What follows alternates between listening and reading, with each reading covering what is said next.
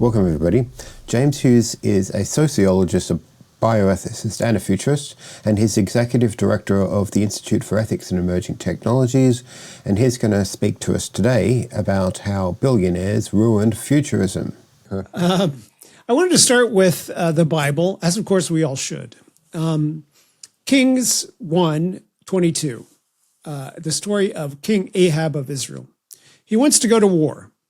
He assembles 400 court prophets who all tell him exactly what he wants to hear. You go to war, you're going to win. It's going to be great. And then they say, wait, there's just one that we haven't asked, this guy Micaiah. And it turns out that Ahab already hates Micaiah, doesn't want to hear from Micaiah because Micaiah never prophesizes anything good about me, right? Sounds familiar in the current context. You don't like a media figure who never says anything good about you. And in fact, Micaiah foretells that Ahab will die in this war and that the army will scatter. And Ahab has him imprisoned, puts him on bread and water. He dies. The Ahab then dies in battle. And the 400 prophets kept their jobs, but Micaiah was still in prison. So the lesson of this story is, don't tell kings, if you're a prophet, don't tell kings they don't want to hear. Only tell them things that they do want to hear. Truth-telling is only individually rational if you pay attention to that rule. Now, the reason I bring up that story is that I think there's a general lesson here. Fortune tellers have incentives. Fortune tellers are not free-range intellectuals who just fly here and fly there with no interest in whether the stories that they're telling are going to be profitable or not. They have self-interest. And fortune telling is also one of the oldest of occupations. And we know that it's present in many shamanic and hunter-gatherer, agricultural communities that we've looked at. Practices of astrology, occultism, dream reading, or just knowing what's going to happen around the corner. And the people who were consulted as fortune tellers, they were consulted by all social classes for pennies to pounds. And they were useful for people in giving some reassurance about what's coming around the bend. And probably psychological counseling services were provided through that avenue. But they were also useful in telling the stories that the rich and powerful people wanted to hear themselves and that they wanted other people to hear about them. So Ahab wanted to hear that he was going to win a battle. He wanted to go into battle. He wanted fortune tellers to say that he was going to win a battle. He certainly wanted to hear that himself. But he also wanted everybody to be convinced this is a good battle to enter because we're going to win this one. And when a fortune teller went against his personal interests and his political interests, he was in trouble. So fortune telling is a means to personal enrichment, political influence. And that's one of the reasons why Buddhist monks were forbidden. If those of you don't know, I'm a former Buddhist monk. And Buddhist monks are forbidden, and nuns, to practice fortune telling. In fact, it says in that list of the things that monks are not supposed to practice for pay: medicine, fortune telling, astrology, exorcisms, reading charms, casting spells, performing ceremonies to counteract the influence of the stars, determining propitious sites to do things, setting propitious dates to do things, interpreting oracles, auguries, or dreams. All of that's forbidden for Buddhist monks because there's a financial incentive involved. Now, throughout European history, it's not just hunters and gatherers or simple agricultural societies. Throughout European history, rulers have had fortune tellers. Kepler served the Holy Roman Emperor. Galileo served the Medici family. And elites also were very interested in fear of assassination, political downfall, social insecurity, knowing if they would keep their head in the political troubles of their time. They were also always concerned about their own beauty, about life extension, about fertility, and about new inventions. So a lot of the things that we see people turning to futurism or future studies for today are similar. They're not only interested in whether we will go to war or what the economic situation is going to be in 50 years, but they're also interested in beauty and life extension and fertility and new inventions. But today, the kinds of fortune telling that are more popular than, well, I would say astrology and other forms of fortune telling are still incredibly popular. So it's hard to really say whether there's been a decline in the consumption of that kind of fortune telling. But the kinds of fortune telling that have come up alongside of that, those older forms of fortune telling, are 19th, going back to 18th, 19th, and 20th century sociology and speculation. Let's start in the 18th century with Condorcet. Condorcet, early French revolutionary mathematician, writes right before he dies a book about the future of human reason and thought and freedom, where he's looking ahead to the abolition of monarchy. This is in the 1800s. He's looking ahead to the abolition, the 1900s, the 1700s. He's looking forward to women's equality. He's looking forward to the end of slavery, and he's looking forward to the end of death and the end of toil. So a great deal of prediction about what's going to come, but also optimism about what's going to come. Saint-Simon, one of the founders of sociology in the 18th century, and he was a socialist. He believed that we were going to eventually evolve past capitalism. So what you begin to see is, and always, I think, there's always a normative element combined with the future predictions that people are making.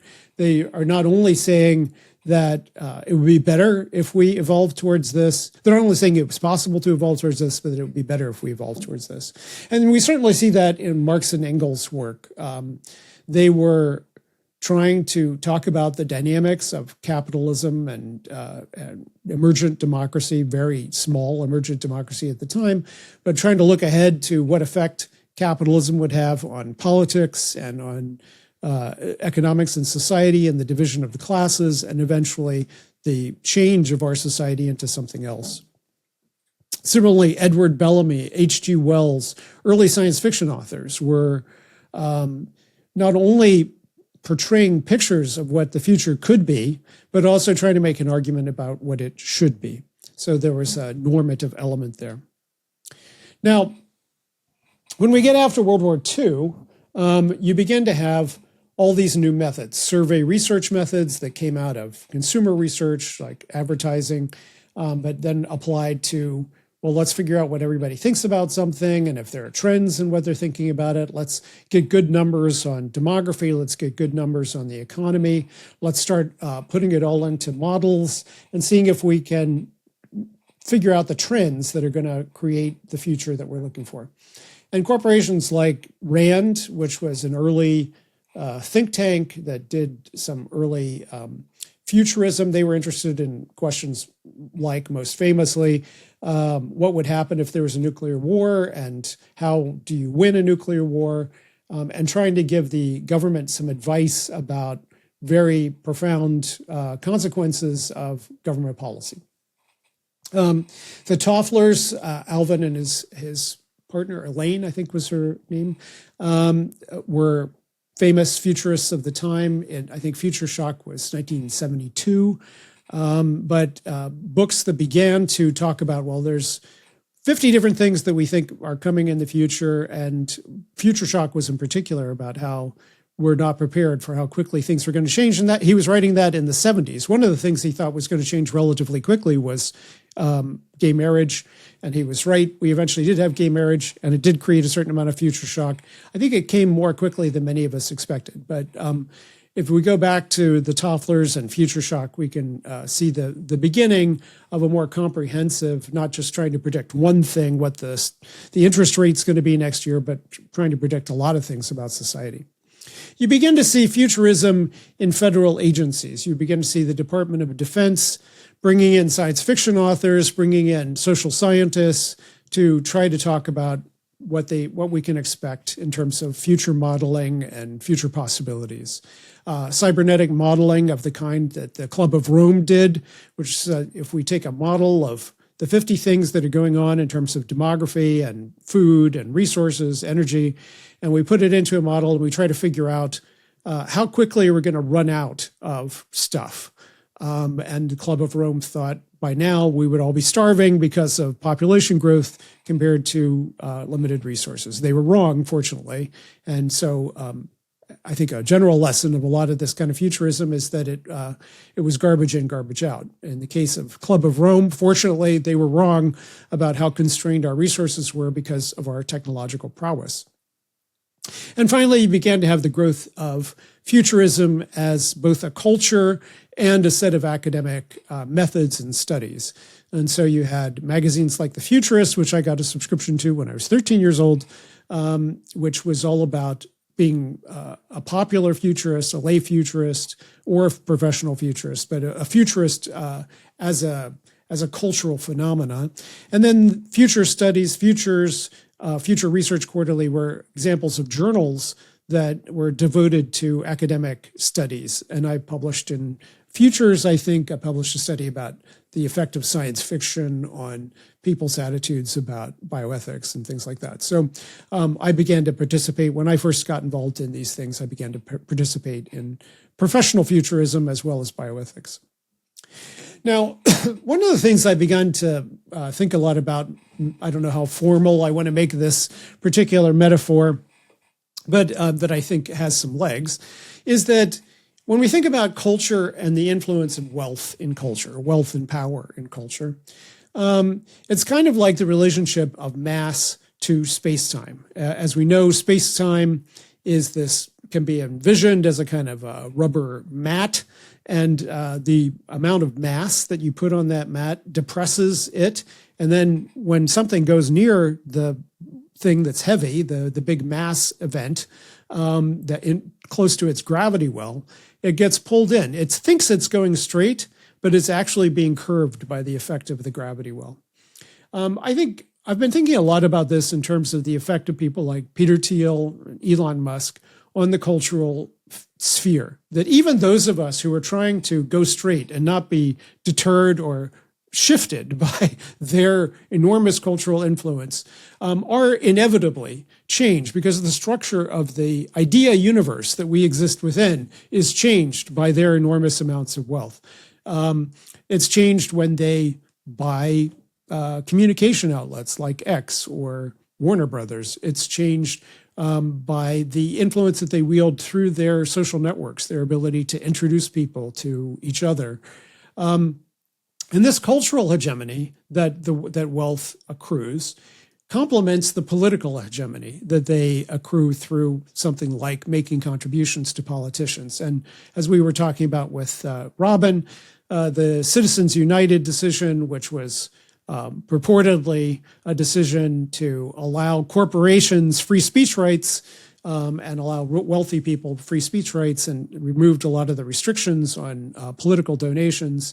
It's had an enormous effect in the United States on further empowering the wealthy and corporations in the political sphere. So just as you have within the cultural, just as you have that within the political sphere, that $1 equals one vote and $1 billion equals a billion votes, you have in the cultural sphere that one person can buy a $44 billion communications platform and shift the entire world's politics to the right through the manipulation of the algorithm on that platform. So this brings us back to futurism. How do futurists predict the future? Futurologists predict the future. And in general, we try to look at economic and social trends. We look at things like declining fertility, rising life expectancy, the changes in occupations, the possibility of automation. We're debating a lot right now how quickly automation is going to displace jobs. And we say, okay, if this continues, or if this continues and then is changed by something dramatic like artificial intelligence, then we can expect these outcomes. The problem is that the more concentrated wealth and power becomes in society, the less society is predicted on the basis of trends, and the more it becomes predictable on the basis of the whims of very small groups of people. And this we have derisively called in the past in social science and history the great man theory of history, that the way to understand history is, well, King George wanted to do X, and then Queen Elizabeth wanted to do Y, and the rest of history was just a debate, a quibble about what great men wanted to do. But in fact, the more concentrated wealth and power becomes in society, the more that is, in fact, what happens. And there, as we see very clearly now with people like Musk, great men can be very capricious, not entirely rational. They can have obscure motives. And so it can become much more difficult to predict what's going to happen in the future. But I would say futurism has an even bigger problem since at least 30 years ago with the idea of the singularity. And that is that technological acceleration is growing exponentially, and that exponential technological innovation will eventually change society so fast that what comes out the other end is, in fact, unpredictable. Even great men can't predict it or shape it. Certainly our economic trends will all go into that singularity hopper, and it's spaghetti on the other end. So as Charlie Strauss said of science fiction, the singularity is the turd in futurism's punch bowl. It's the thing that makes it very difficult for futurism to predict what's going to happen. And I'm sure I have not attended the World Future Society's meetings or attempted to hobnob with other professional futurists out there, but I presume that they share the kind of pall that has existed on futurism for the last 30 years, since the singularity basically said, you know what, we probably can't predict anything about what's going to happen beyond about 20 or 30 years from now. Now, about the ideological distortion effect. I'm going to get back to the great men in a second, but about the ideological distortion effect and the effect that it's had on the perception of futurism. I just want to make some general observations about billionaires.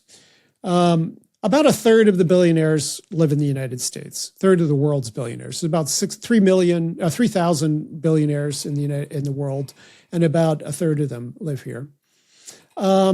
Tech sector CEOs are, in fact, a minority of billionaires. So we can see here the technology sector supposedly accounts for 401.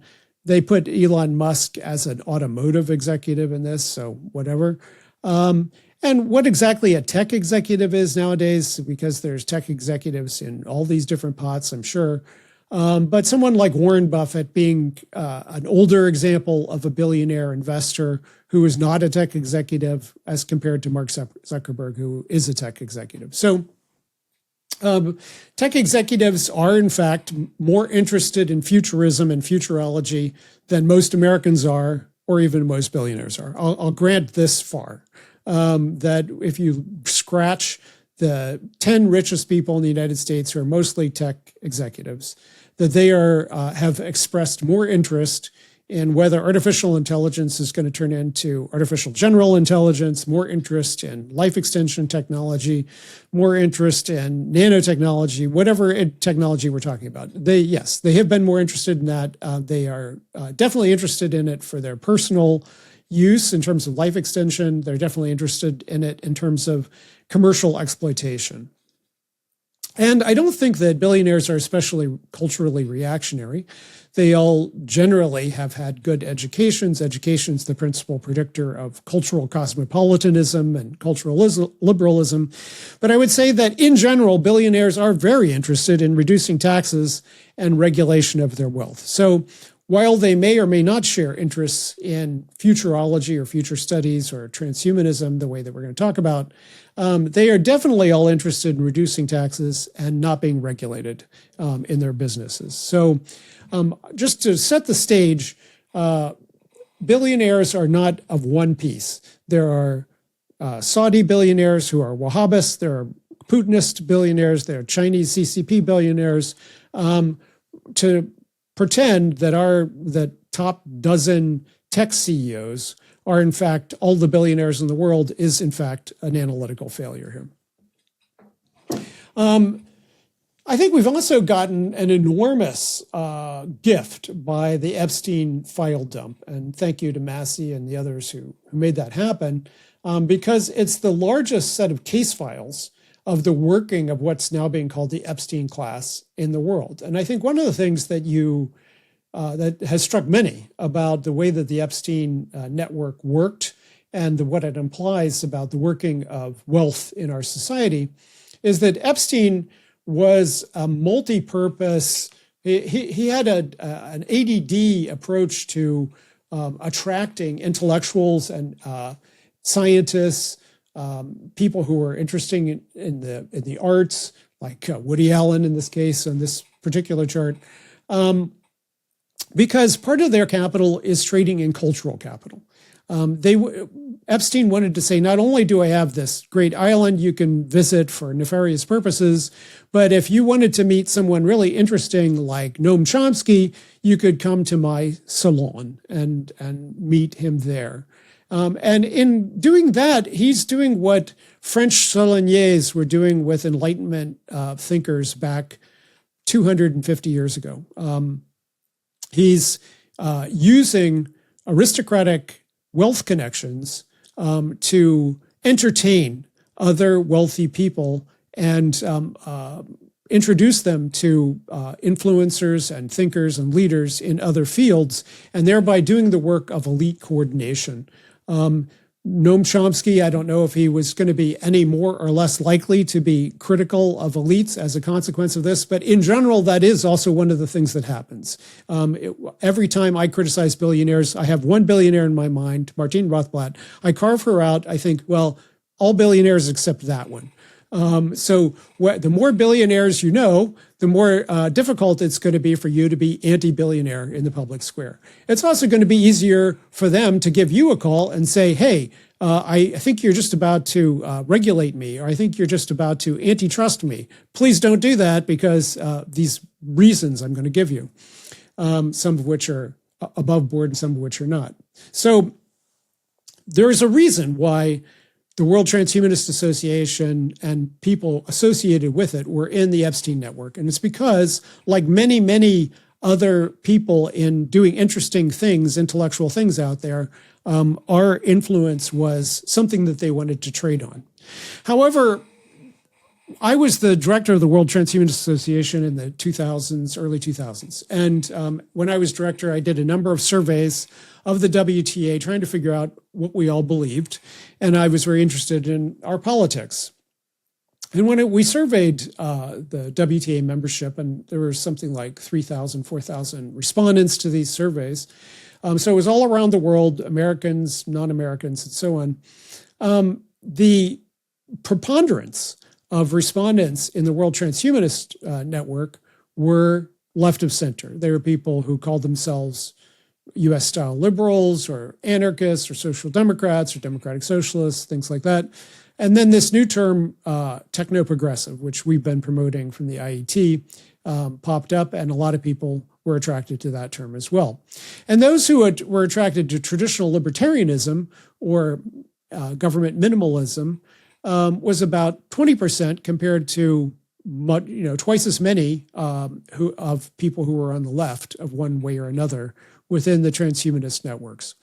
And then there was only about less than 1% in the two most recent surveys of people who would have described themselves as far right.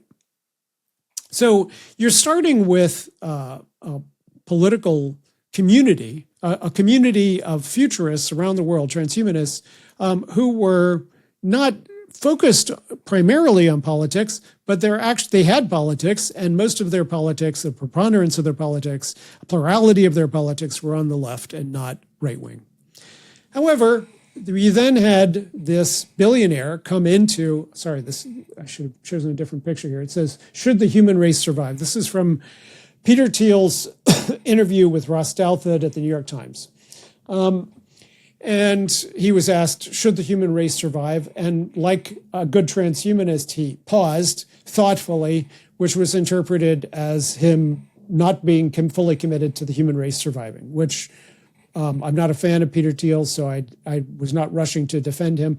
I did say privately to people that I probably also would have paused if I was asked, should the human race survive? I'm like, what exactly is the appropriate response, given that the human race is going to change significantly in the future? However, Peter Thiel is far more than a confused or inarticulate transhumanist expositor, because he was has been enormously wealthy through his PayPal and other investments. And one of his interests since graduate school was conservative politics, but he was also interested in emerging technologies and the ways that they could be capitalized on for profit, but also provide various goods like life extension. So Peter Thiel was an early supporter of Machine Intelligence Research Institute. Back then it was called Artificial Intelligence. I forget, it was something about artificial intelligence or singularity. But anyway, today it's called MIRI. He was a supporter of the Singularity Summits. He was a supporter of the Methuselah Foundation, which supported Aubrey de Grey's anti-aging work. He organized networks of right-wing Silicon Valley CEOs as philanthropists, and then brought futurist NGOs in to talk to them to get funding from these right-wing CEOs. He was a bankroller and supporter of Curtis Yarvin and other figures in the Dark Enlightenment or neo-reactionary movement, which I'll talk about in a second. And he gave money to the World Transhumanist Association and Humanity Plus, as did Epstein.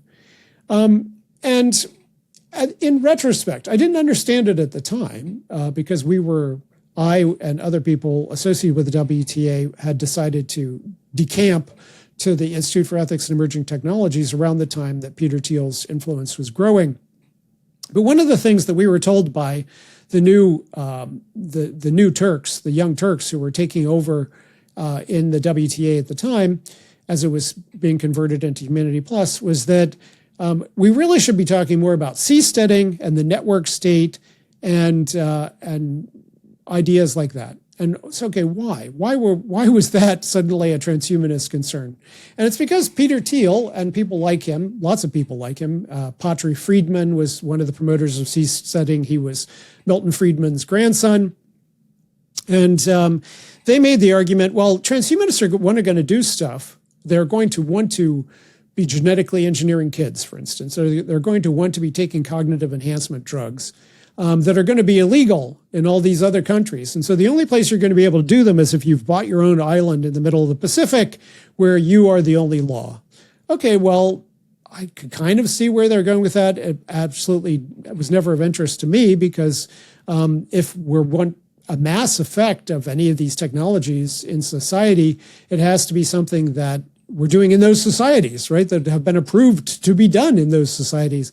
Yeah, it'd be great if there's some drug that you could go to an island to take, but if it's only illegal on that island, then it's not helping the rest of the world. So I'm not terribly interested in that those escape frontiers that they were proposing. But it turned out that this idea of seasteading, network states, and escape was far more central to their politics than I realized.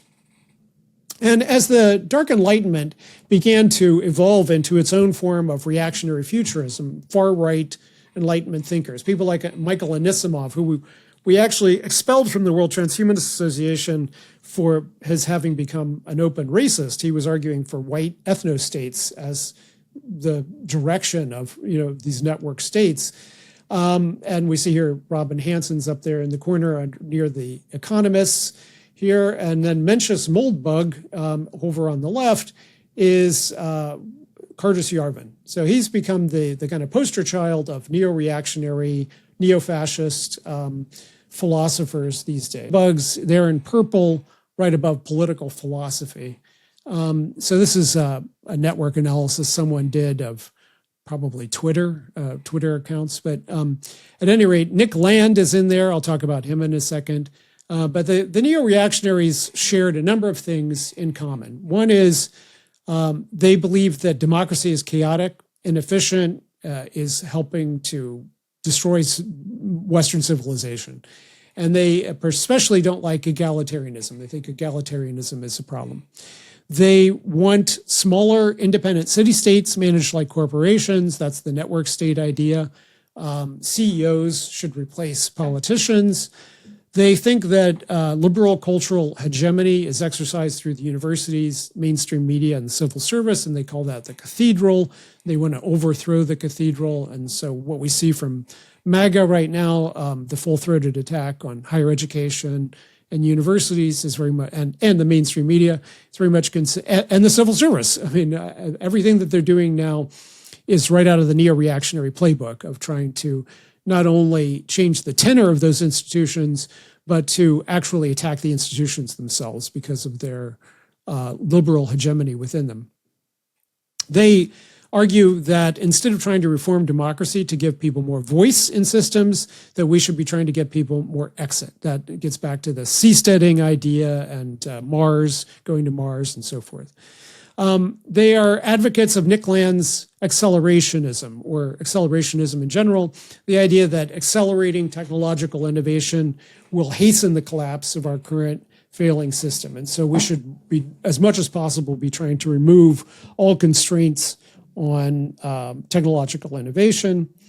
Rights are meaningless, only power and property matter, and they believe in natural hierarchies, that men are fundamentally different from and in some ways superior to women, and that our attempts to have gender equality have led to terrible effects, and they're race realists. They think that there are differences between the races, and attempts to have racial equality lead to terrible effects and so forth. So this is referred to as the Dark Enlightenment. Okay. So the Billionaire Pivot was, the funding started to flow from Thiel and Musk and Bankman-Fried. Bankman-Fried was giving money to Democrats as well. So not an entirely reactionary contributor in his case, but, and Musk was originally a liberal, so he was also donating ostensibly to support things like AI safety, and he was not perceived at the time as being a reactionary. But Thiel had always been on the right, the political right, and his funding definitely came with, whether it came with strings, it certainly came with associations that became problematic later on. Now, MAGA, when Thiel was interviewed by Ross Douthat, and one of the things that Douthat interrogated him about was, okay, why did you support MAGA? What was the motivations for supporting Trump? And Thiel's response was that Trump is still by far the best option that we have for technological dynamism here.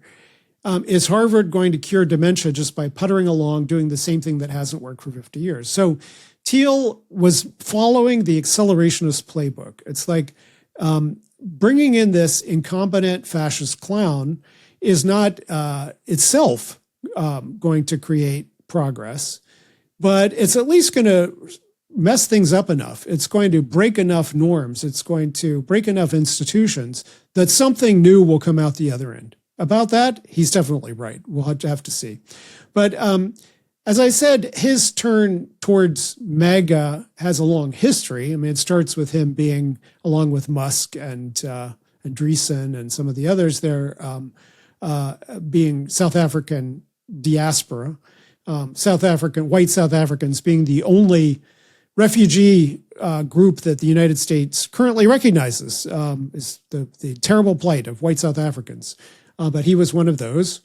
He was a conservative at Stanford, wrote a whole book on conservative politics while he was a Stanford student, made an early pivot towards defense contracting when most of Silicon Valley, and up to today, and in fact, stronger this week than it was last week, most of Silicon Valley is very hostile to defense contracting, but Mr. Thiel definitely thought that they should be doing that, and was a part of the new militarists within Silicon Valley. And then when he decided that transhumanism and some of these other futurist endeavors were not giving him what he wanted, he switched to overt political influence through buying J.D. Vance and putting J.D. Vance in the Senate, and then now as vice president and potentially as the next president of the United States. So Peter Thiel's political strategy, his intervention, has been very calculated and very successful, even if he's putting more of his bets on J.D. Vance than he is on Trump these days. It's still, he's central to the current tech right alliance. And this picture, the bottom picture here, is the tech right showing up to Trump's inauguration. And the picture that I cut off the headline, but this picture of this other guy here, that's Nick Land, who's the accelerationist. And this week's New Yorker has a big discussion of Nick Land's accelerationism and how popular it is in Silicon Valley.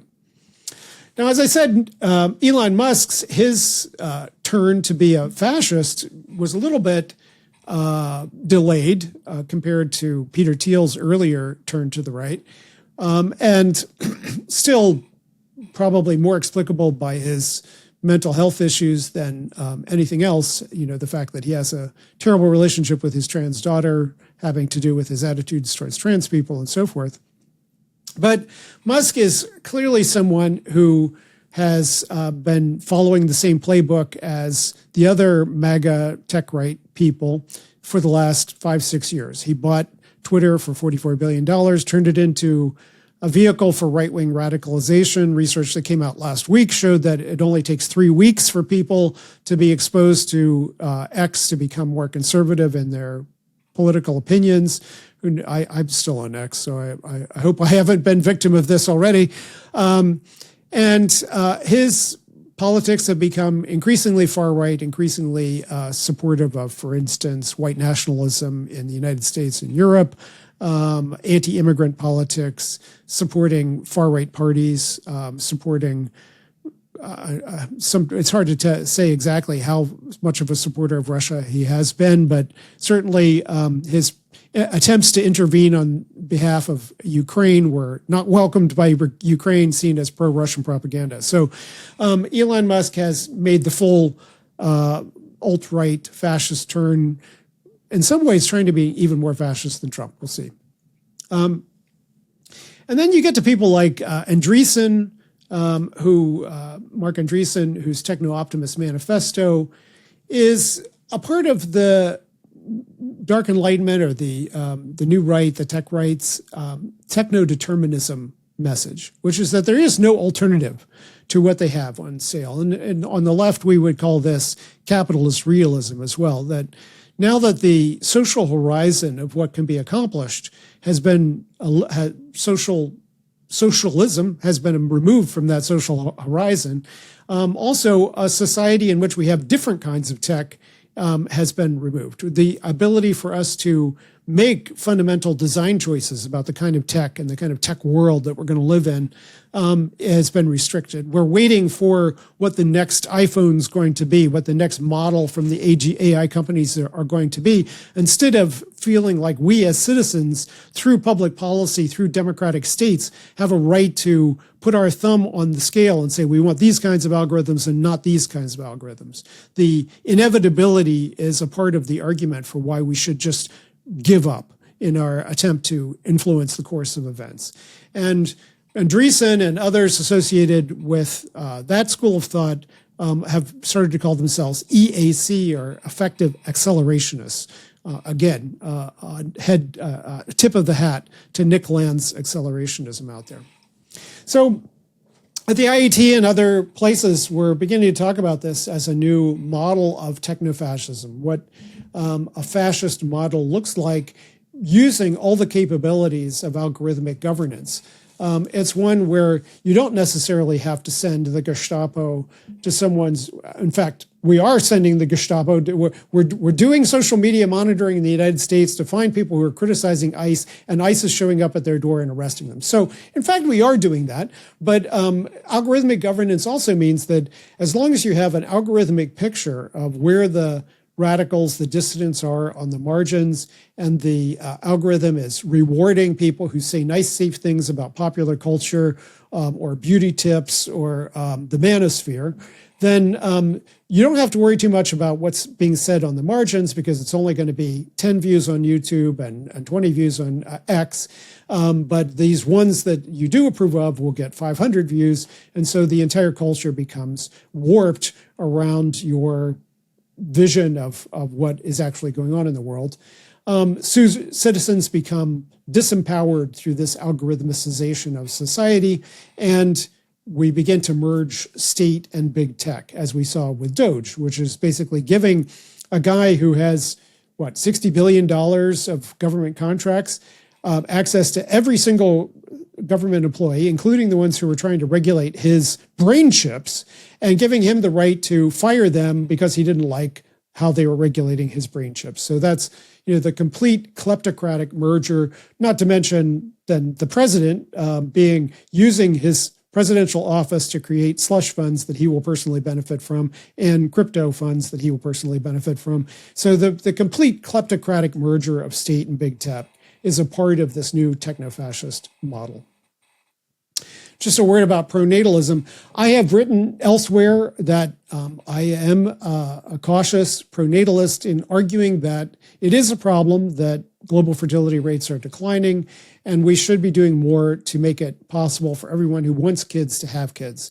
However, the way that the tech right in particular has discussed eugenics has been shockingly close to what everyone thought they were doing, or all the critics thought they were doing, which is that they are in fact deeply misogynistic, deeply racist, and interested in unethical experimentation to promote race science and better genetic people. And that's not the kind of pronatalism I'm interested in. I do think there is a problem with eugenics being overused as a phrase. When Catholics try to say that making prenatal tests available to mothers and allowing them to choose abortion if they don't want to have certain kinds of pregnancies, calling that eugenic, which some Catholics do, I think is a profound mistake. And so I'm not terribly comfortable with the way that eugenics is used as an epithet in political and bioethical discourse. But I think it's pretty fair to say that when you read the Epstein files, when you read Musk talking about demography in general, it sounds awfully eugenic. And this is a part of the history of family planning discourse and population control discourse, is that it was pronatalism for me, but not for thee. We want you to have fewer kids because you're dumb and poor and not the right color. And we want to have more kids because we're smart and more of our kids would do better for the world than your kids would. That has been a part of the history of this discussion for 150 years, since we noticed that there was a fertility difference between white people in Europe and people in the developing world. So whether it's classical eugenics or not, they're definitely moving in that direction. Okay, Trump 2.0 as a disaster for progress. We talked about the accelerationist argument that Peter Thiel used for why the tech right made a tilt towards supporting Trump. He thought it was going to be good for the acceleration of technology. I think the actual reason it was good for their bottom line, for their pocketbooks, they clearly are worried about billionaire taxes like the ones that's being proposed in California. But just on the face of it, this argument that Trump would be good somehow for tech progress, let's take a quick review. He canceled $500 billion of contracts for mRNA vaccines. He's put influencers in charge of federal health policy. He's defunded 500,000 scientists. Scientists and labs are fleeing to other countries from the United States. The regulatory apparatus has been decimated. The Food and Drug Administration, for instance, cut 3,000 positions. Reshoring of manufacturing has ground to a halt. The reshoring that had started under Biden because of Biden's industrial policy, Trump's tariff policy has completely decimated. The AI and crypto bubbles are growing. Almost all of the growth in the US economy over the last year can be attributed to the growth of AI data centers, which may be about to make us all fall on our face when the NVIDIA circle jerk gets stopped and this AI bubble bursts. It's led to concentration of corporations because they don't believe in antitrust. So we have fewer and fewer competing firms providing us with things like television. So I don't think in general we've seen the unleashing of the creative juices of capitalism under this regime. I think it's in fact quite the opposite. Now, the other thing I would say is that way back when I wrote Citizen Cyborg, I argued for what I was then calling democratic transhumanism on the grounds that we already carried a reputational problem as transhumanists, that we were seen as part of a sinister elite cabal of the Illuminati who wanted to affect global population control and turn people into robots. That was before all of this, all the tech right happened. That was before they turned towards MAGA. Now, there's Emil Torres out there and Timnit Gebru, who have been using this term. TESCREAL stands for transhumanism, extropianism, singularitarianism, cosmism, rationalism, effective altruism, and long-termism. I've written a very long critique of how dumb their approach to intellectual history is, how they force all of these things down on a Procrustean bed and argue that they are all equally reactionary because of the occasional reactionaries that were in those different communities. I think what the Epstein files really reveal is that while the elites are interested in futurism, and they are really interested in futurism, but it's not an overriding passion. It's not as if that's the main thing that they wanted to relax with cigars at the country club and talk about was long-termism. It was one of their interests. It was marginal, and people like Epstein were perfectly willing to introduce futurist intellectuals to people who are interested in talking about futurism. However, the ideological connections, to say that those ideological connections between different thinkers or the particular philanthropic gifts, like he gave $20,000 to the World Transhumanist Association. That's chump change. Epstein, I'm talking about. Epstein's other philanthropies were much, the money that he was giving to Harvard, the money that he was giving to MIT, much more significant, and the hundreds of millions of dollars compared to the chump change that he gave to various futurist NGOs. So yes, he was definitely interested in those things. Some other right-wing tech CEOs are interested in those things. But to then draw a picture and say that they were all part of a nefarious conspiracy that connects all 7 of these ideologies is absurd. It's the worst form of conspiracy theorizing. It's putting all the different pieces of paper up on the board, finding some strings that you can tie between them and saying, aha, I discovered the conspiracy.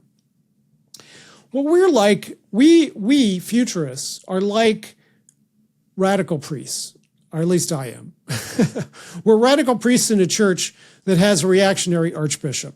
The archbishop, he personally gives sacraments to the king and the aristocracy, even though the king and the aristocrats wage wars and oppress the poor. The king and the court casually patronize several flavors of church theology, and they have sponsored debates about which kind of slavery is the most Christian. They hold other crazy views that have nothing to do with church doctrine, like the idea that environmentalists are in fact the Antichrist. That's in fact what Peter Thiel's been lecturing on more recently, that he believes that Greta Thunberg is an avatar of the Antichrist because she wants to control technology and only unbridled technology will bring about the second coming, or whatever he believes, something along those lines. Some of the elites in this church are known to participate in depravity, like organized trafficking of young girls covered up by the king. But we have to ignore all that. The priests who go and provide the sacraments in the private chapels of the aristocrats, we have to ignore all that until the peasant uprising comes. And when the peasant uprising comes, the people will remember the collaboration of the archbishop and the church with these most unchristian of elites and ask how the church could have allowed it. Most members of the church weren't complicit, but we have to clean house if we want to survive. Our only hope for this faith in futurism and the kinds of futurist projects that we advocate is radical reformation. We need the freedom, the courage to speak truth to power as public intellectuals. And as a consequence, we need to interrogate when we have been compromised by the philanthropic gifts that we are given to support our endeavors. Sometimes we are given great amounts of money and we do not get compromised, and sometimes we do. We need to be making points that make clear that we have an independent point of view. We need to be talking about things like the fact that life extension is not just a product of expensive medical therapies. It is also a product of how equal society is and how universal its healthcare provision is. That's what determines why Britons, at every level of income, Britons have longer life expectancies than Americans. They have universal healthcare. We need to be talking about things like universal basic income. We need to be talking about creating a media landscape that actually is diverse and protecting it from media consolidation. The problem is that when we are being paid to speak about any of these things, that we are more sensitive to the people who are paying us and their opinions than we are to the general truth that we're trying to discern. As Ursula K. Le Guin, I think, said, it's easier to imagine the end of civilization than the end of capitalism. And it's especially true when you're talking to capitalists. So, technoprogressivism, my final concluding thoughts here. I think we need futurism. Futurism is basically our collective exercise of trying to look forward and talk about what's coming down the pike, where we're headed. That is intrinsic to us as individuals and to us as societies, that we exercise that kind of foresight. So we need futurism, but we also need to emphasize a futurism that is not deterministic, one that says that there's a range of things that could happen.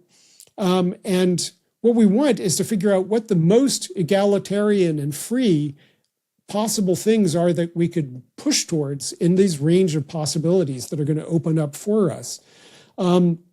The greatest possible enjoyment of freedom, I think, requires state assistance. And so if your futurist is not willing to talk about public policy, then I don't think they're really willing to talk about the future, because we need to talk about politics if we're going to talk about the future. We need to talk about things like universal health care and universal basic income. And we also need to understand that today's fights will set the parameters for the fights of tomorrow. If we want to know how we're going to fight about life extension therapies in the future, we should be looking at what's happening with GLP-1s today. GLP-1s, one of the first drugs that we've actually invented, which does demonstrably have an across-the-board effect at reducing the diseases of aging: heart disease, cancer, stroke, dementia. Well, dementia maybe not, but heart disease, cancer, and stroke definitely benefited by GLP-1s. They're very expensive. We need to figure out how to make them more cheaply and make them universally accessible around the world. And that's the same question that we're going to have with every enhancement technology that we ever invent. How do we make it cheaper and how do we make it universally accessible? So for me, technoprogressivism is the antidote to the red pill associations of futurism that associations with billionaire futurists have given us. It's a democratic futurism. It's about abundance for all. And so this abundance slogan that the Democrats have come upon, I'm like, sure, I want abundance too. I want abundance for all. But it has to be big projects and not just, how do we change housing regulations so that we get more housing built in our city, but how do we change regulations so that we get more power, that we get more life expectancy and so forth in our society. One example of where we've done this in the IET, just to point folks, if they're curious about an actual example of this kind of analysis. At our Boston collaboration, we wrote a paper 2 years ago, The Ethics of Automating Therapy. And we're very conscious in our project about trying to avoid the two cultures problem. The two cultures problem being that C.P. Snow pointed this out, that STEM people in higher education and academia are generally trying to think about how you get it made, how you get it done, the particular technology, the particular science. And to the extent that social sciences and humanities have anything to say about science and technology, it's like, oh yeah, well, you think you can do that, but you should have been thinking about this, about all the different things that were wrong with what you wanted to do. We used to joke in my initial bioethics program that I was educated in Chicago, We used to joke that you only needed one word to be a bioethicist because that word was going to be no. You're just going to say no to everything. And that means that if you write something like, okay, what are the ethics of automating therapy? And you only say in that paper that, oh, it'd be terrible if people use therapy for this reason, if it'd be terrible if they used AI for therapy for this reason, and therefore no one should use AI for therapy. That's not what we said. We said, look, these are the various ways that it could be used, and if we can get it regulated in X, Y, and Z ways and steer people away from using raw commercial applications for this, but steer them towards applications that are designed for this, then it could be great because it has all these advantages. It can be 24/7.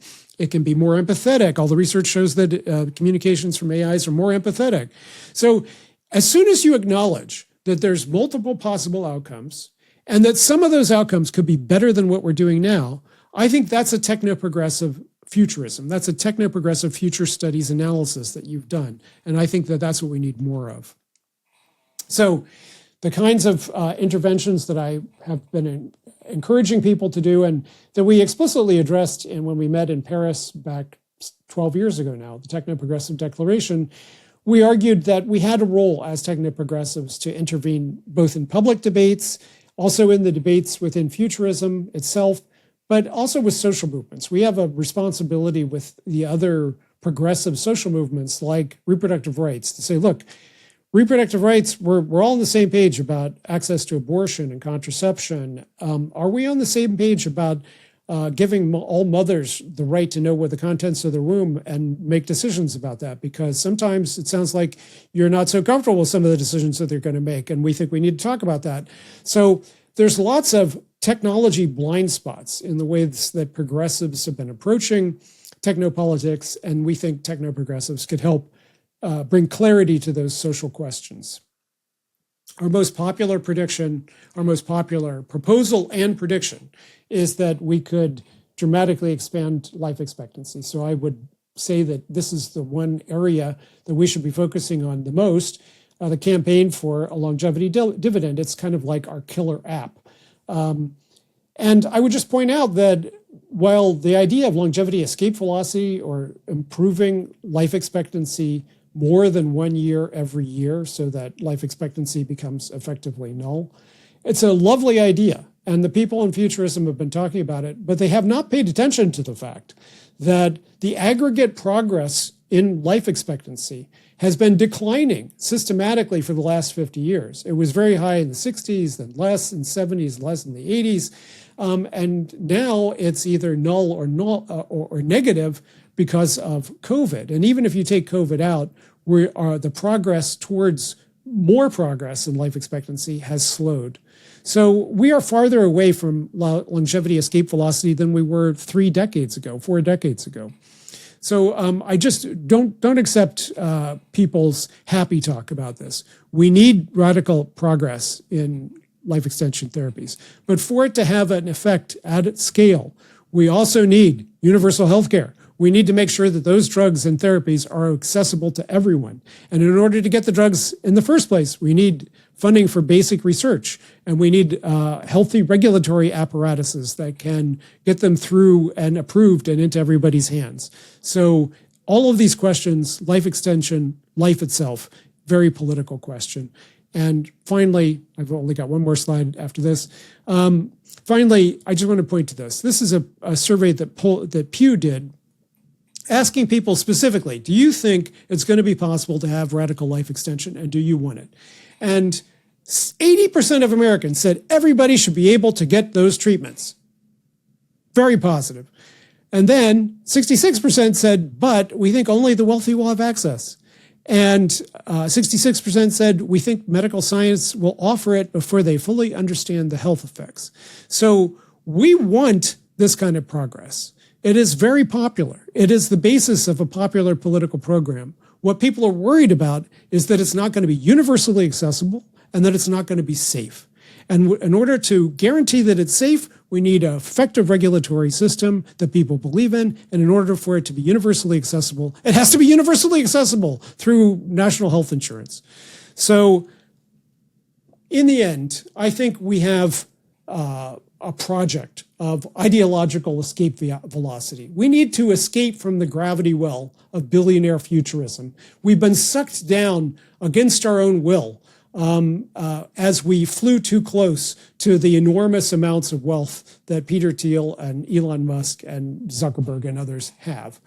We need to insist on a future that we want, one that is more prosperous, more equal, and more free, and insist that that future is possible. It is within the realm of possibility. A stronger democracy is within the realm of possibility. And it's central to achieving the future that we want. The democratic state is a centerpiece of that. And most of us believe that our democracies are imperiled and need to be improved.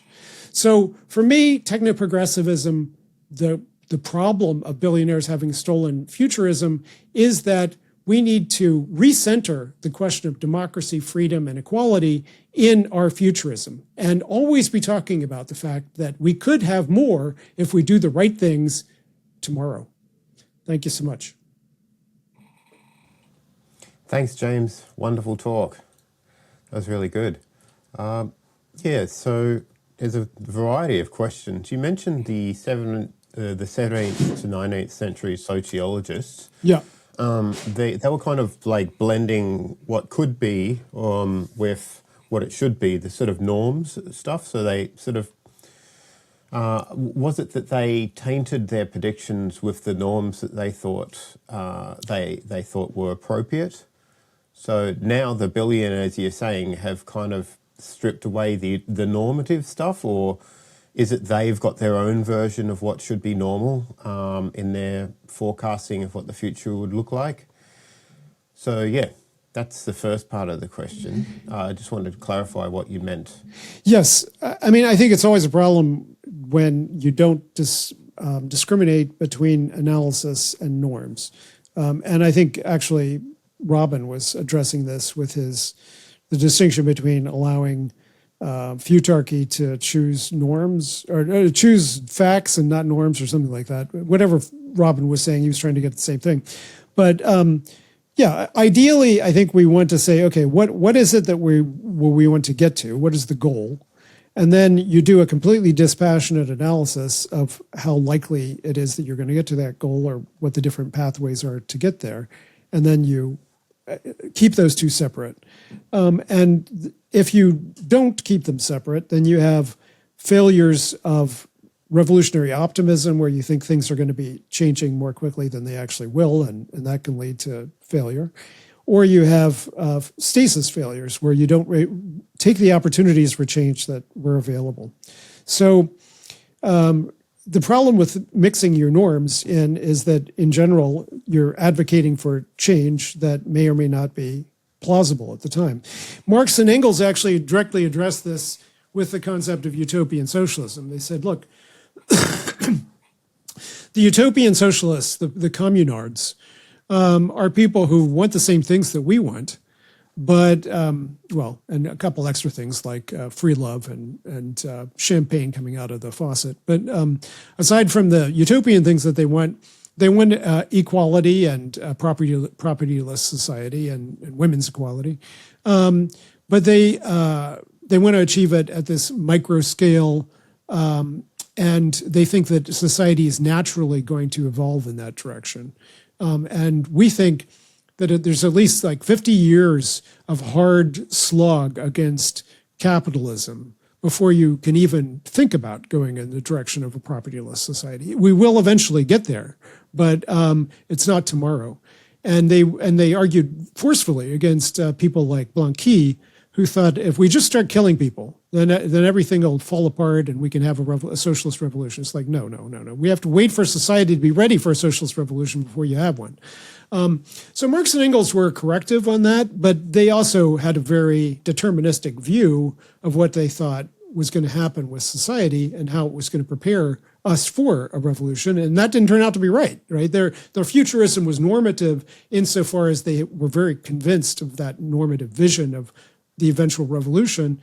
And you get 20th century Marxists saying, look, it didn't turn out the way you thought it was going to turn out, so we need to revise our model. And if you don't, then you're stuck. So that's what I was referring to, that gap between what you wish the future would be and what you actually think it's going to be. There's a difference between how people feel about the truth of their aesthetics and the truth of their values, right? When people talk about, when you're having a discussion about values, you're a lot more serious, right? You know, the way in which you're expressing your opinions, well, people in general are likely to like point to the world and, you know, say, oh, this is how it should be. And it's almost as though they're talking about facts when you're discussing about like, you know, tastes of music or ice cream and that. It's not like you're talking about the same sort of thing at all. It's like just preferences. And I think this is quite natural in the way that people communicate the difference between preferences in aesthetics and, you know, things that they strongly believe in terms of values. Well, I'm not... Right, I just thought I might bring that up. So do you think there's an authentic self when it comes to values more than there is taste? Well, you can imagine that when people try to construct their self-image, their self-concept, that they have onion rings, right? There are some things that are peripheral and some things that are central. And I agree with you that for most people, aesthetics is less central than values in the way that they understand themselves. They would be more willing to change their aesthetics than their values. But I don't think that that's true for everybody. I think that for some people, aesthetics are more central than values. And I'm not sure whether it even is relevant in this argument, because what I'm saying is, like, if you get on Twitter, I didn't look at the particular study that I'm referencing, the study that showed that getting on Twitter for 3 weeks makes you more conservative. I'm not sure what things they were looking at, but say it's attitudes towards gender. If before you get on Twitter, you think women should have the same wages as men, you get on Twitter for a couple of weeks and you don't think they should have the same wages as men, which is the real value? Is it only the length of time that you held the value that determines its authenticity? So I'm not sure that realness of values is really what I'm interested in. I'm more interested in something closer to what Amartya Sen and Martha Nussbaum point to with what they call a capabilities theory, which is that I'm less interested in people's subjective opinions about themselves, and I'm more interested in what they're actually capable of doing. So if you surveyed Nigerian women and you say, do you think you're free in your various households compared to Icelandic women, I can guarantee you that there's less patriarchy in Iceland than there is in Nigeria. But the Nigerian women may say, I'm quite happy with I have a husband, he brings home some money, I'm happy with my 3 kids. They objectively have less freedom than the Icelandic women. They have less education, they have less life expectancy, they have less of everything. But they can say, I'm just as happy, or I'm happier than Icelandic women.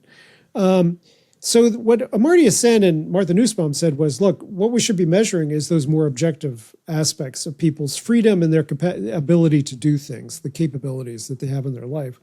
And if we can come up with a rich enough metric that would allow us to actually compare the outcomes of a Nigeria versus an Iceland instead of just asking people for their subjective opinion. So that's what I'm thinking about in terms of what a good political metric would be.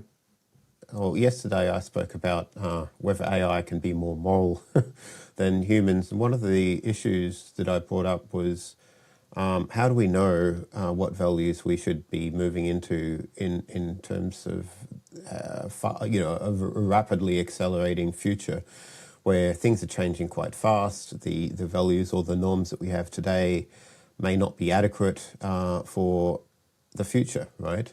I guess one of your colleagues or people you've spoken with before, Julian Savulescu, is argued that maybe we are unfit for the future in terms of our moral sensitivities. So I brought up this indirect normativity idea, which is basically you could use a benign AI or an oracle to serve as a powerful norm testing procedure and norm to help us select which norms might be useful. Maybe it's worth me trying to share a slide just very quickly so I can just... This is what I mean. So we've got this procedure where we have citizens' assembly. That could mean anything. It could be a group of experts on the future, futurologists. It could be representatives of constituencies around the world. It could be everybody. It could be a number of things. Hopefully not just a group of billionaires alone. So they seed what they think should be correct, the way that the sort of norms that we should be using to build utopia. That gets fed into this engine that AI helps derive normative standards from. So these norms go through a process of idealization. What will they look like into the future? And on top of that, we have this forecasting engine, which, you know, produces reports with multimedia, produces stats, qualies, DALIs, and all those sorts of things, risks averted, lives saved, the freedom scores, stability scores, what kinds of unforeseens might come along, those sorts of things. So, yeah, multimedia, stats, unforeseens, pointing at the wrong screen, and psychology. What kind of humans or post-human psychology might look like, what it might feel like, and then feeds that back to citizens' assembly to deliberate on and ratify. And so they may not like some of that. Let's update our norms and values. Also, let's update the AI so they're better at thinking about these sorts of things, remove prejudices and biases, update the epistemics and all that sort of thing. So lather, rinse, repeat over and over again until the Citizens' Assembly is confident enough to ratify building the next version of utopia.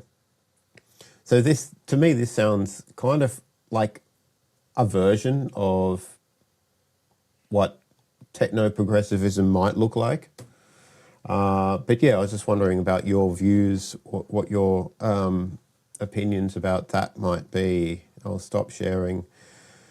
Well, I think it's hugely attractive, what you're proposing. It reminds me of the way that the state of Oregon adopted QALYs to govern their Medicaid system. Basically, they said we would like to do something like QALYs, quality adjusted life years, as the metric that determines which services our Medicaid program should offer. And we've got X amounts of dollars that we want to spend on Medicaid, and we're going to rank all the different kinds of treatment conditions and typical treatments in terms of how important they are in terms of QALYs, and then how expensive they will be if we provide them to all Oregonians. And we'll just go down the list until we run out of money. And I thought that that was a great way to do it. And the way that they came up with the values that guided how you ranked the different treatments was they did a series of citizen assemblies throughout Oregon. And then they had a firm, this is like early 90s, they had a firm that pulled it all together and then said, in general, people think these kinds of treatments should be first in place, preventive treatments like, you know, vaccines for kids and whatnot. And then these treatments, and so forth. And I thought that was great. Way to take something very qualitative, which I hate. I'm a quantitativist, you know, in terms of my social science orientation. But if we're going to do qualitative stuff, we definitely need to turn it into numbers somehow. And artificial intelligence is a great way to turn it into numbers these days. You could take Twitter analysis is a great example of this, because you can, at scale, you can look at hundreds of millions of communications and say, what's the mood on Twitter today, given all the mood words that we're monitoring or whatever. So there are ways to use artificial intelligence to do some of this citizen feedback, value articulation work that you're talking about. And insofar as that's a techno-progressive proposal to have artificial intelligence as a part of the loop, yeah, I'm definitely on board with it. Now, the problem, I think, with citizen assemblies, anything that gets away from formal democracy, is that we don't exactly know who is participating and why. And in general, when you look at citizen assembly type experiments, they're very vulnerable to the loud white guy in the room who is a know-it-all, and everybody else just shuts up. The great man. Him do his thing, you know. And so it's not. It does. Right. Exactly. The white man. So I do think. Right. So we need to be kind of cautious about whether we could replace any of the formal democratic mechanisms, which all have their own problems. But citizen democracy, citizen assemblies, And that kind of qualitative bottom-up value Definitely. articulation. I do So think you did, if we are currently in this sort of great man phase of history, where this future is really shaped by the capricious whims of these few tech execs that are having outside influences and generalist billionaires, do you think these billionaires will realize that the superintelligence they're building might be the very thing that ends their great man reign? Or, we end up not a great man anymore, but a great AI that's beyond their own control, right? Yeah. Or as Ross Douthat said, to Peter Thiel, aren't you the Antichrist? Given everything that you're doing, you seem to be the Antichrist. But yeah, I do think, well, this is part of their escape hatch fixation. It's like we are building tools that we think will end civilization, and their personal plan is to escape to New Zealand and bury their family in a bunker. So I mean, I think I've been a survivalist as well. I don't think survivalism is just something that rich people have to worry about. I think we all have to worry about how fragile the world is. And insofar as we all need our own go bags and our own plans in case of disaster, I don't begrudge anybody that. But the fact that they are working on the thing that they think will destroy civilization and that will bring the pitchforks to their doorstep, in that they are more complicit than the rest of us in bringing about the apocalypse. Hey, Hugo. Yeah. Speaking of someone working on the technology that's going to destroy us all. Ben Goetz will be here too soon. Oh, good. Well, we'll have all the horsemen of the apocalypse with us. Oh, okay. So, but, I'm sorry, Adam, what was your question? So we want to build all these wonderful technologies. How do we remove the perverse incentives in the process of developing these technologies? Oh, and what do we do about the billionaires? Look, I'm for radical progressive taxation. I think, the billionaires need to be taxed at an extra rate. Millionaires need to be taxed at an extra rate, and so forth. I'm not for necessarily the complete elimination of accumulations of wealth. I mean, some have proposed maximum wealth. And I think if we got there, I'd be perfectly happy. But, I'm not sure it's the policy that I would die on a hill for. But insofar as we need to limit their wealth, absolutely. There should be no one with $1 trillion on the planet. Unless everybody has $1 trillion. You take that away. Then we need to, well, if everyone has $1 trillion, then yes, a different matter. But we also need to regulate their power. So Citizens United is an example of, in the United States, their ability of the wealthy, of billionaires, corporations to exercise control over the state. And we need to restrict that in all its different mechanisms so that billionaires can't do that. And then we need to use the state in place of what the billionaires said they were going to do, but don't do very well or very consistently. We need to use the state to fund basic research.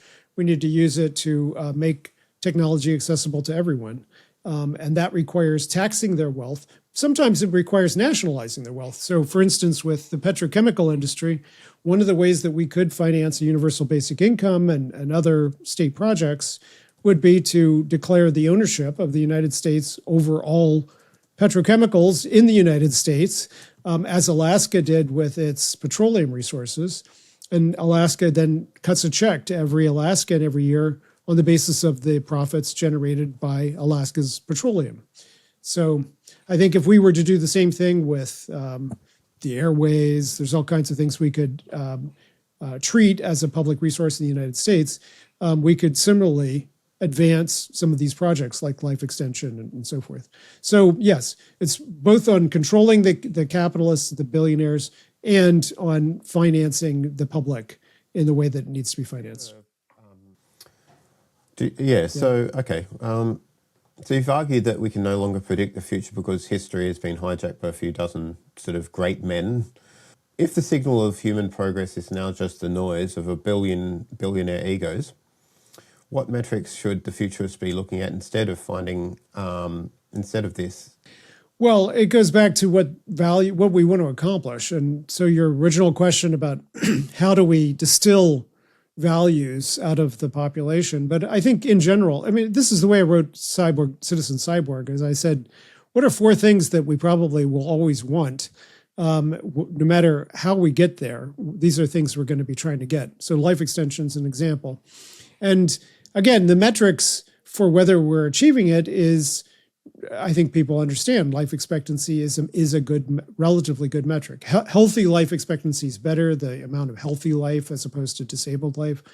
And the metric in terms of freedom from toil is their welfare measures, because we don't want people just to be unemployed and miserable, but so there's certain kinds of welfare that we want them to achieve. But the percentage of the population in paid employment, it will, if I'm correct, with technological unemployment, that will decline. So that's a metric we should keep an eye on. And yeah, I think there's a number. It's basically all the right metrics are already out there. Although the perfect Sen Nussbaum metric isn't out there, because we need something that's a composite of all the different kinds of freedoms that people could enjoy. But yeah, once we invent that one, the metrics will be done. Yeah, it's interesting. Quality is an interesting metric. Quality adjusted life year, and then maybe there's disability adjusted life year. I think there's a HALI as well. I forget what that stands for. But these things, DALI, disability adjusted life year. DALI is disability adjusted life year, but HALY. Anyway, it doesn't matter. Look, these things are measuring something, and that something is meant to proxy well-being. I mean, we've got to be careful exactly what those proxies might be. I'm hoping that AI might be able to help us with the science, the empirical procedure of trying to get more exact details of what the actual thing we're meant to be measuring is. So, I mean, if we're meant to be measuring happiness, just happiness, or, flourishing, which could be a combination of novelty seeking and happiness, or, is it just behavioralistic reportings of well-being? Or is it something, it's something more biological? You can look inside a brain and see how many times the happiness region of the brain fires, and to what velocity or intensity it's firing, and all those sorts of things. I mean, we're really only just beginning to understand what the brain is doing in terms of the seat of experience, right? Civilizationally, if we had another 1,000 years to be able to do this, we'd be in much better position to sort of quantify things, quantify what it is that foundationally, I guess the physical patterns in the universe that give rise to what it is that we value. So I'm hoping that we can get a lot better at that. So yeah, what do you think about trying to get a clear understanding of what we're meant to be measuring? Hi, Ben. I'll just finish this thought with Adam. I hope we don't. I used to teach a course on the politics of happiness, and one of the and I was very encouraged by the idea of gross national happiness, which is an idea that Bhutan popularized. I thought it was a great idea until I started to really think about the difference between hedonic and eudaimonic happiness, and by which I mean, if we just think that the goal is everyone thinking that they're happy, then you could have a population of people who are addicted to heroin, lying in the gutter. And as long as the heroin's really good and freely available, they're always going to be happy.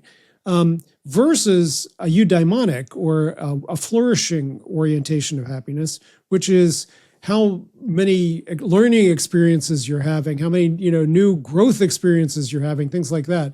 And that's more of the Sen Nussbaum model of capabilities. That's like, we want people to experience freedom, not just bliss, right? And this is an argument I've been having with David Pierce for a long time. I don't know if he knows it's an argument, but at least in my head, I'm arguing with David Pierce about the idea that we don't want to just crank people up to 11, because that would be the land of the lotus eaters. It would not be a desirable society. So yes, I do think happiness should be one of the measures. We don't want a society where we've made everyone so purposeful and productive that they're miserable. So we do want daily hedonic mood to be one of the measures, and we want that to be going up. But, and I think most people could have substantial improvements in their daily hedonic mood. Like most of us are around 6 on a 0 to 10 scale on our daily hedonic mood. And everything would be better if we were up around 9. It wouldn't be better if we were at 10, right? 10 is where you don't go to work, where you don't go to vote, where you don't get married, because you're just so damn happy you don't need to do any of those things. So we need a little bit of unhappiness, but not a lot of unhappiness. Yeah, you're not with that, Ben? You're a Peircean? You want to crank us all up to 12? Not even that?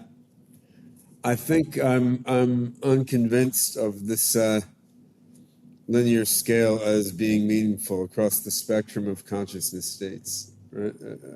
I mean, I think it probably holds within a certain range of consciousness states, which is where most people usually are. But I think you can be in a consciousness state where you're experiencing high level of bliss all the time and are also practical and operational. It's just not the way most people are culturally or biologically configured now.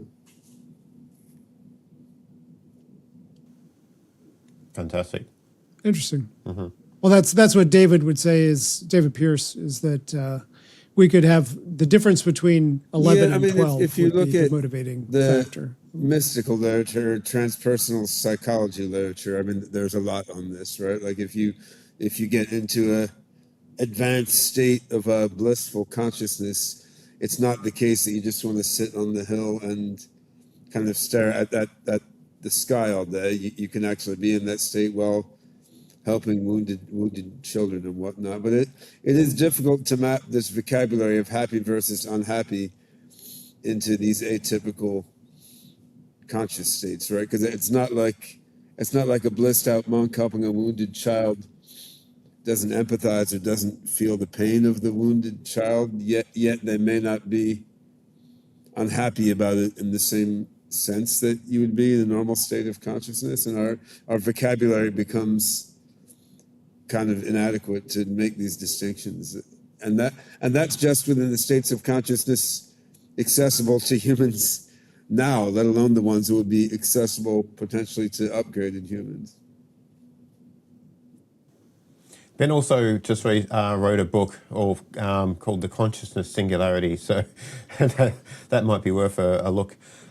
Let me just formally turn this into the next session. You're welcome to hang around, James. I kind of Zoom bombed James's session here, but good to see you. Yeah. Oh, no, it's great to see you guys. No, that's great good. to see you, Hugo, too. Yeah. And thank you. I've been on for 2 hours, so I'll step out. But you guys have a good talk.